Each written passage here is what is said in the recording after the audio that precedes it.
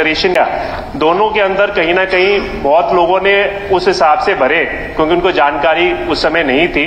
और अब जब वो कैंप्स में भी गए तो कैंप्स में क्योंकि आय को बदलने का कोई अधिकार नहीं था, तो इस कारण से अभी तक उनको जानकारी नहीं। लोग फोन करते हैं पूछने के लिए किस कारण से होगा, हम बोलते हैं कि आप एडीसी के माध्यम से इसको करा सकते हैं, मगर वो बहुत बड़ी कठिनाई का कारण बन रहा है। तो आप लोग, जो लोग वंचित ना रह जाएं, वो बहुत बड़ी आवश्यकता है। और दूसरा, इस चीज में अगर और भी पैमाने इस चीज को सुनिश्चित करने की आवश्यकता, कई बार कहा जाता है कि जो उसके पास गांव के अंदर मान लो प्लॉट है या 2 कमरे का मकान है, मगर आज की क्या पता वो पुश्तैनी मकान उसका चलता आ रहा हो और आज की तारीख में उसकी माली हालत क्या हो, क्या पता वो बेरोजगार हो गया, परिवार में ऐसा कोई हादसा हुआ हो और आज की उसकी माली हालत ऐसी हो कि वो उसके पास जीवन व्यापन करने का कोई साधन ना हो।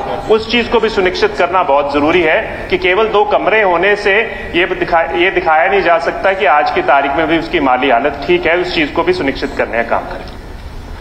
अध्यक्ष महोदय, माननीय सदस्य ने एक बात रखी कि कई जगह वेरिफिकेशन में दिक्कतें आती है। मैं चाहूंगा कि कोई उनका भी सुझाव हो तो जरूर दे। परिवार पहचान पत्र पे भी हम उसको सरल बनाएंगे कैसे किया जा सकता है।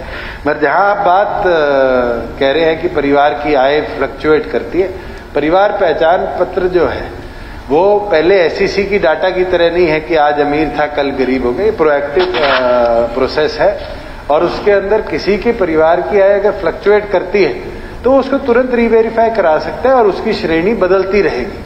वहां जहां आप क्या कह रहे थे कि उसके 2 मकान गांव के अंदर, ये हमारी गाइडलाइंस नहीं है, गवर्नमेंट ऑफ इंडिया की गाइडलाइंस है जिसको गवर्नमेंट ऑफ हरियाणा ने फूड सेफ्टी एक्ट के अंदर अपनाया है, जिसके अंदर 5 एकड़ agriculture land, residential flat of 1000 square yard, residential plot of 100 square yards in municipalities, residential plot of 200 square yards in rural area, immovable assets of 1 crore or more।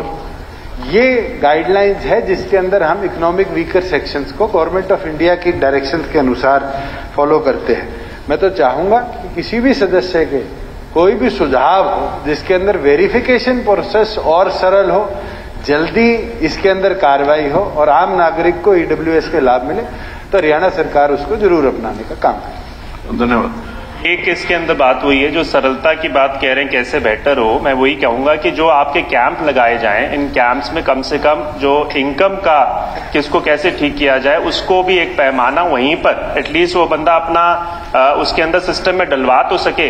उसको पता ही नहीं कि कहाँ जाके सिस्टम में डालना है, वो सबसे बड़ी बात। अभी कैंप लगे तो उसमें नहीं हुआ। मैं और एक उदाहरण हमारे खुद के गांव का भी देना चाहूंगा। चौटाला गांव में एक धरना लगा हुआ था, मैं वहां गया, उन्होंने मुझे एक सूची दी तकरीबन 250-300 लोगों की। वो लोग बैठे हुए थे, साफ देख के अधिकतम लोग लग रहे थे कि ये बड़े जरूरतमंद है। मैंने उनका इंक्वायरी भी करवाई चंडीगढ़ से यहाँ पर, और उस डेटा के अंदर भी कई जगह पे उसमें भी त्रुटियां थी, टेक्निकल एरर था। उनके बहुत सारे लोगों के ये दिखा दिए गए कि उनके अर्बन एरियाज के अंदर 100 गज से ज्यादा का प्लॉट है, इस कारण से हमने उनका काट दिया। और वो लोग गरीब थे बेचारे, उन्हें कभी चौटाला से बाहर नहीं गए होंगे, उनका अर्बन एरिया में दिखाया हुआ था।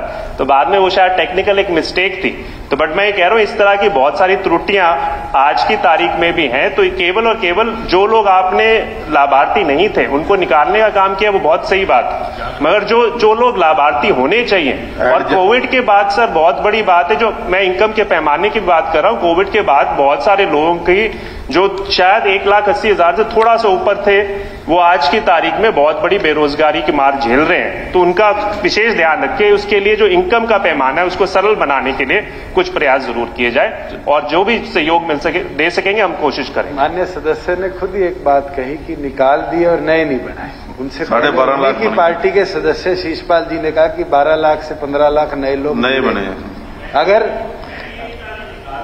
नहीं बनाए, मैं ये कह रहा हूं कोई ऐसा व्यक्ति ना छूट जाए जो जिसको होना चाहिए। तो और कोविड के बाद में मानता हूं बहुत बड़ी बात। इतना बोल सकता हूं माननीय सदस्य का अध्यक्ष जी, इनका साथ रहेगा तो जरूर हरियाणा का कोई भी नागरिक जो ईडब्ल्यूएस श्रेणी में होना चाहिए उसको हमारी सरकार नहीं छोड़ेगी।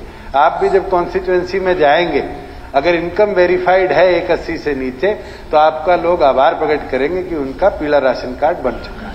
धन्यवाद।